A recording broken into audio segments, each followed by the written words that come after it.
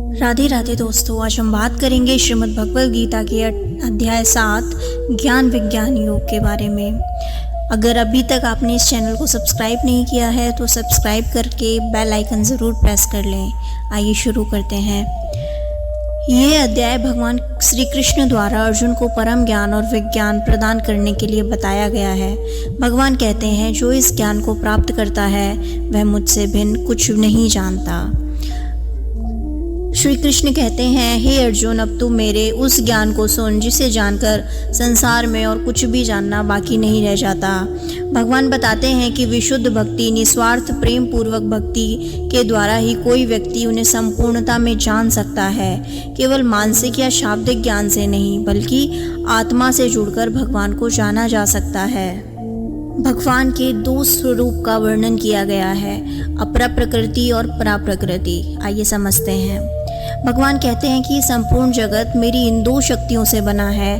अपरा शक्ति और सारा भौतिक जगत बना है और पराशक्ति से सारा चेतन प्राणी। भगवान कहते हैं, भूमि, आप, अनल, वायु, आकाश, मन, बुद्धि और अहंकार, ये 8 प्रकार की मेरी जड़ प्रकृति है, मतलब अपरा प्रकृति है। यह वह शक्ति है जिससे संपूर्ण स्थूल जगत बनता है। भूमि यानी पृथ्वी तत्व, आप यानी जल तत्व, अनल अग्नि तत्व, वायु तत्व, आकाश तत्व, मन भावनाओं का केंद्र, बुद्धि निर्णय करने वाली शक्ति और अहंकार मैं का भाव। ये 8 तत्व जड़ हैं, अर्थात इनमें चेतना नहीं है।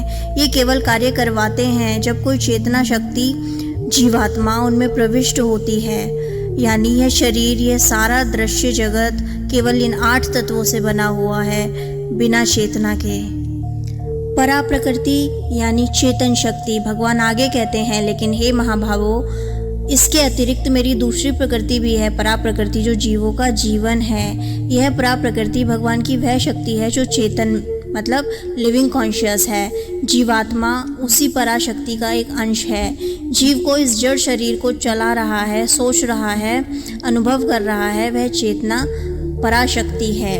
इस चेतन प्रकृति के बिना अपरा यानी जड़ शक्ति निष्क्रिय और निर्जीव हो जाती है। जैसे बिजली उपकरणों को चलाती है, वैसे ही जीवात्मा इस शरीर रूपी उपकरण को सक्रिय रखती है। परंतु यह जीवात्मा भी स्वतंत्र नहीं है, वह भी भगवान की शक्ति के अधीन है। भगवान ही समस्त सृष्टि के मूल कारण हैं। भगवान कहते हैं, सभी प्राणी इन 2 प्रकृतियों के योग से उत्पन्न होते हैं। मैं समस्त सृष्टि का आदि कारण हूँ और सब मुझ में स्थित है। यह संसार कोई स्वतः चलने वाला तंत्र नहीं है। भगवान स्वयं अपनी जड़ और चेतन शक्तियों का सहयोग कर संसार की रचना, पालन और संहार करते हैं। हर अस्तित्व भगवान के भीतर है। जैसे समुद्र की लहरें समुद्र से ही उठती और विलीन हो जाती हैं, वैसे ही सारी सृष्टि भगवान से ही प्रकट होकर भगवान में ही लीन हो जाती है। माया और उसका क्या प्रभाव होता है, भगवान आगे स्पष्ट करते हैं कि मेरी यह माया 3 गुणों सत्व, रजस और तमस वाली है और अत्यंत कठिन है। जो केवल मेरी शरण लेते हैं वही इसे पार कर सकते हैं। माया भ्रम की वह शक्ति जो जीव को यह अनुभव कराती है कि वह स्वतंत्र है, अलग है, शरीर है। माया 3 गुणों से बनी है, सद्गुण यानी ज्ञान, शक्ति और पवित्रता, रजोगुण क्रिया, वासना और कर्म, तमोगुण यानी अज्ञान, आलस्य और प्रमाद। ये गुण जीवन को भिन्न भिन्न मानसिक और शारीरिक अवस्थाओं में बांधते हैं। जब तक जीव इन तीनों गुणों के प्रभाव में है, वह भगवान को नहीं पहचान सकता। जैसे कोई सपना देखकर सपने को सच मानता है, वैसे ही माया में फंसा हुआ जीव इस संसार को ही अंतिम सत्य समझ बैठता है। भगवान की भक्ति, आत्मसमर्पण और भगवत ज्ञान के द्वारा ही इस माया से बाहर निकला जा सकता है। भगवान का कार्य है अपनी दोनों प्रकृति अपरा और परा को नियंत्रित कर सृष्टि का संचालन करना। माया भगवान की वह शक्ति है जो त्रिगुणों के माध्यम से जीव को बांधे रखती है। और मुक्ति का क्या उपाय है? सिर्फ भगवान की शरण में चले जाना और भक्ति करना ही मुक्ति का एकमात्र उपाय है। जैसे एक माटी का खिलौना माटी से ही बना है लेकिन देखने में अलग रूप में लगता है, वैसे ही संसार की हर वस्तु भगवान की ही शक्ति से बनी है, भले ही वह भिन्न भिन्न दिखती हो।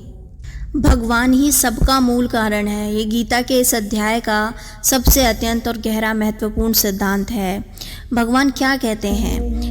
तू जान कि समस्त प्राणी इन दोनों प्रकृतियों परा और परा से उत्पन्न हुए हैं। मैं ही संपूर्ण जगत का उद्गम और लय करता हूँ।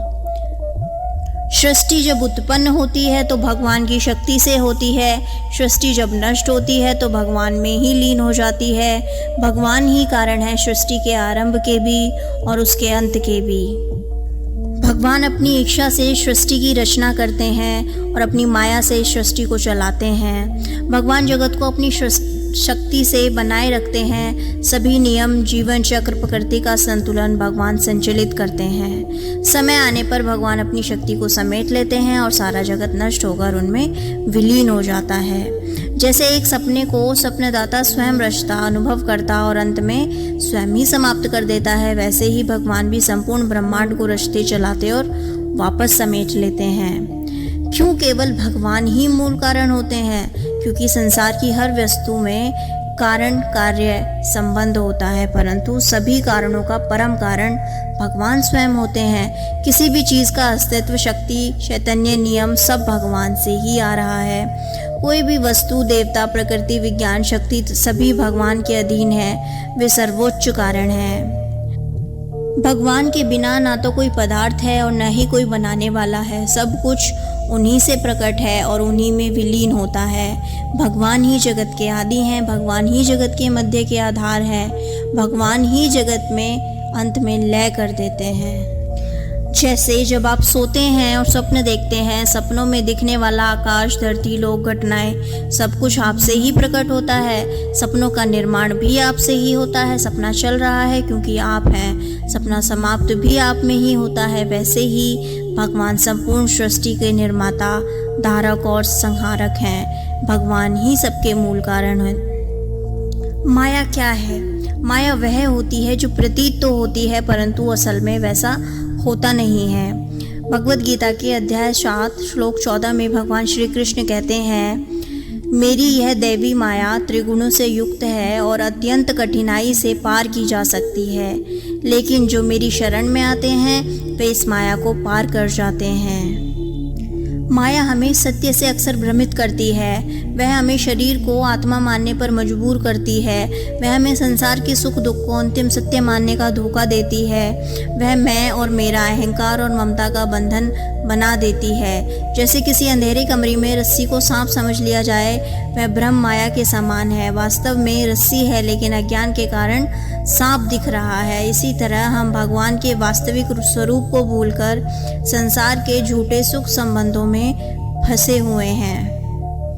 माया से छुटकारा पाना क्यों कठिन है? क्योंकि माया भगवान की शक्ति है। यह कोई साधारण भ्रम नहीं है। ये त्रिगुणी माया है। तीनों गुणों से मिला जुला कर जीव उसमें बंध जाता है। जब तक जीव अपने बल पर इससे लड़ता है, हारता रहता है। केवल भगवान की शरण में जाने से ही माया का जाल कट सकता है। भगवान खुद कहते हैं, जो मेरी शरण लेते हैं वे माया को पार कर जाते हैं। माया को हम कैसे समझ सकते हैं? भ्रम, जो आत्मा को शरीर मानते हैं। अहंकार, मैं ही करता हूँ, इस झूठे भाव में फंसना भी माया है। ममता, यह मेरा है, संसार से आवश्यक जुड़ाव। कामना, तृप्त न होने वाली इच्छाओं की दौड़ लगे रहना। भय, हानि और मृत्यु का डर होना। जब आप सपना देखते हैं तो सपना पूरी तरह असत्य है, फिर भी जागते हुए वह आपको सच लगता है। वैसे ही ये संसार माया के कारण जीव को सच्चा लगता है, जबकि वास्तविक सत्य आत्मा और सिर्फ भगवान है। रेगिस्तान में दूर से पानी दिखाई देता है पर पास जाने पर कुछ नहीं मिलता। यह संसार भी वैसा ही है, दिखता बहुत आकर्षक है पर वास्तविक में कोई सुख नहीं देता। इस माया से मुक्त कैसे हो सकते हैं? भगवान का स्मरण करके, नाम जप, ध्यान करके, सतगुरु या संत की शरण में जाकर, शास्त्रों का अध्ययन करके, जैसे श्रीमद् भगवद गीता या भागवत पुराण का अध्ययन करके अपने आप को आत्मा मानना और भगवान से जोड़ना, सच्ची भक्ति करना और निस्वार्थ प्रेम और समर्पण के साथ इस माया से छुटकारा पाया जा सकता है। माया वह शक्ति है जो हमें भगवान से अलग करने का अनुभव कराती है, लेकिन भगवान की कृपा से ही इस माया से छुटकारा भी पाया जा सकता है। भगवान की माया से बचने का एकमात्र उपाय भगवान की भक्ति है। भक्ति अर्थात प्रेम, समर्पण और स्मरण। भगवत गीता के अगले श्लोक में कहा गया है कि भगवान के भक्त 4 प्रकार के होते हैं। सबसे पहले भगवान का कथन क्या है? हे अर्जुन, 4 प्रकार के पुण्यवान व्यक्ति मेरी भक्ति करते हैं। आर्त, जिज्ञासु, अर्थार्थी और ज्ञानी। आइए इन चारों भक्तों को विस्तार से समझते हैं। आर्त भक्त, जब व्यक्ति किसी बहुत बड़ी पीड़ा, संकट या दुख में होता है और उसे कोई रास्ता नहीं दिखता, तब वह भगवान को पुकारता है। वह कहता है, हे भगवान, मुझे इस दुख से बचा लीजिए। यह भक्त संकट में भगवान को याद करता है। जैसे समुद्र में डूबता हुआ मनुष्य हे प्रभु बचाओ कहता है, किसी बीमारी, आर्थिक संकट, शत्रु भय में फंसा हुआ व्यक्ति भगवान की शरण लेता है। अर्थात आर्त भक्त का दर्द उसे भगवान के पास ले जाता है। वह अपनी मर्जी से भगवान की भक्ति नहीं करता। भगवान ऐसे भक्तों पर भी कृपा तो करते हैं क्योंकि वह अब भगवान को पुकार रहे हैं। दूसरा है जिज्ञासु भक्त। यह भक्त ज्ञान की जिज्ञासा से भगवान की ओर आता है। उसे जानना है कि मैं कौन हूँ, भगवान कौन है, ये जीवन क्या है, मुक्ति कैसे मिलेगी। वह सत्य की खोज में भगवान की भक्ति करता है। जैसे एक जिज्ञासु विद्यार्थी जो वेद शास्त्र पढ़ते हुए भगवान के स्वरूप को समझना चाहता है। कोई व्यक्ति जो आत्मा, परमात्मा, मोक्ष के विषय में जानने के लिए तीर्थ यात्रा करता रहता है। उसी प्रकार जिज्ञासु भक्त का उद्देश्य है ज्ञान प्राप्त करना, ना कि केवल संकट से छुटकारा पाना। तीसरा है अर्थार्थी भक्त। यह भक्त भगवान से कोई भौतिक वस्तु, धन, पद, संतान, सफलता की प्राप्ति चाहता है। वह भगवान से कहता है, हे प्रभु मेरी इच्छा पूरी कर दीजिए। जैसे कोई किसान अपनी फसल के लिए भगवान से प्रार्थना करता है। व्यापारी व्यापार में लाभ के लिए भगवान को पूछते हैं। विद्यार्थी परीक्षा के पास होने के लिए मंदिर में मन्नत किया करते हैं। अर्थात अर्थार्थी भक्त भगवान से संसारिक सुखों के लिए प्रार्थना करता है, इसीलिए उनकी भक्ति करता है। यद्यपि उसकी भक्ति स्वार्थ से प्रेरित है, फिर भी भगवान ऐसे भक्तों की मदद स्वयं करते हैं, क्योंकि कम से कम वह भगवान को पुकार तो रहा है।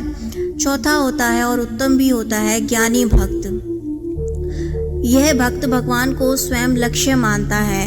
यह भगवान से कुछ नहीं मांगता, बल्कि केवल भगवान से प्रेम करता है। वह जान चुका है कि भगवान ही सब कुछ हैं, शाश्वत हैं, शुद्ध आनंद स्वरूप हैं। उसका प्रेम निष्काम, बिना किसी स्वार्थ के होता है। जैसे संत तुलसीदास, मीराबाई, संत एकनाथ जी, जो केवल भगवान के प्रेम में डूबे रहे थे।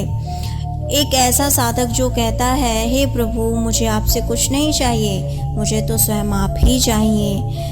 ज्ञानी भक्त भगवान का परम प्रिय होता है, क्योंकि वो भगवान से सिर्फ प्रेम करता है। भगवान स्वयं कहते हैं, ज्ञानी मेरा ही स्वरूप होता है।